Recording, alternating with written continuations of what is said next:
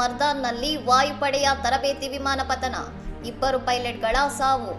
ಪಾಕಿಸ್ತಾನದ ಮರ್ದಾನ್ ಜಿಲ್ಲೆಯ ಕಟ್ಲಂಗ್ ಪ್ರದೇಶದಲ್ಲಿ ಪಾಕಿಸ್ತಾನ ವಾಯುಪಡೆಯ ತರಬೇತಿ ವಿಮಾನವೊಂದು ಸೋಮವಾರ ತಾಂತ್ರಿಕ ದೋಷದಿಂದಾಗಿ ಪತನಗೊಂಡಿದೆ. ಈ ದುರದೃಷ್ಟಕರ ಘಟನೆಯಲ್ಲಿ ವಿಮಾನದಲ್ಲಿದ್ದ ಫ್ಲೈಟ್ ಲೆಫ್ಟಿನೆಂಟ್ ಮೊಹಮ್ಮದ್ ಕಾಸಿಂ ಅಬ್ದುಲ್ಲಾ ಮತ್ತು ಲೆಫ್ಟಿನೆಂಟ್ ತಹಾ ಅಬ್ಬಾಸಿ ಎಂಬ 2 ಪೈಲಟ್ಗಳು ಮೃತಪಟ್ಟಿದ್ದಾರೆ ಎಂದು ಸೇನೆಯ ಮಾಧ್ಯಮ ವಿಭಾಗ ಖಚಿತಪಡಿಸಿದೆ. ನಿತ್ಯದ ತರಬೇತಿ ಹಾರಾಟದ ವೇಳೆ ವಿಮಾನವು ಅಪಘಾತಕ್ಕೀಡಾಗಿದ್ದು, ಘಟನೆಯ ನಿಖರ ಕಾರಣವನ್ನು ಪತ್ತೆ ಹಚ್ಚಲು ಉನ್ನತ ಮಟ್ಟದ ತನಿಖಾ ಸಮಿತಿಯನ್ನು ರಚಿಸಲಾಗಿದೆ. ವಿಮಾನವು ಜನವಸತಿ ಪ್ರದೇಶದ ಬಳಿ ಪತನಗೊಂಡಿದ್ದು, ರಕ್ಷಣಾ ಕಾರ್ಯಾಚರಣೆಗಾಗಿ ಭದ್ರತಾ ಸಂಸ್ಥೆಗಳು ಮತ್ತು ರಕ್ಷಣಾ ತಂಡಗಳು ತಕ್ಷಣವೇ ಸ್ಥಳಕ್ಕೆ ಧಾವಿಸಿದ್ದವು.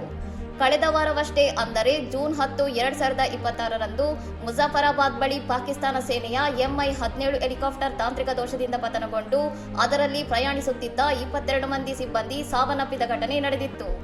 ಕೇವಲ 5 ದಿನಗಳ ನಂತರದಲ್ಲಿ ಪಾಕಿಸ್ತಾನದ ಸೇನಾ ವಲಯದಲ್ಲಿ ಸಂಭವಿಸಿರುವ ಈ 2ನೇ ಪ್ರಮುಖ ವಾಯು ಅವಘಡವು ಪಾಕಿಸ್ತಾನದ ರಕ್ಷಣಾ ಇಲಾಖೆಯ ವಿಮಾನಗಳ ಸುರಕ್ಷತೆ ಮತ್ತು ನಿರ್ವಹಣೆಯ ಬಗ್ಗೆ ತೀವ್ರ ಆತಂಕಕ್ಕೆ ಕಾರಣವಾಗಿದೆ. ಇನ್ನಷ್ಟು ಸುದ್ದಿಗಳಿಗಾಗಿ ನೋಡ್ತಾ ಇರಿ ಸೌರಂ ಟಿವಿ.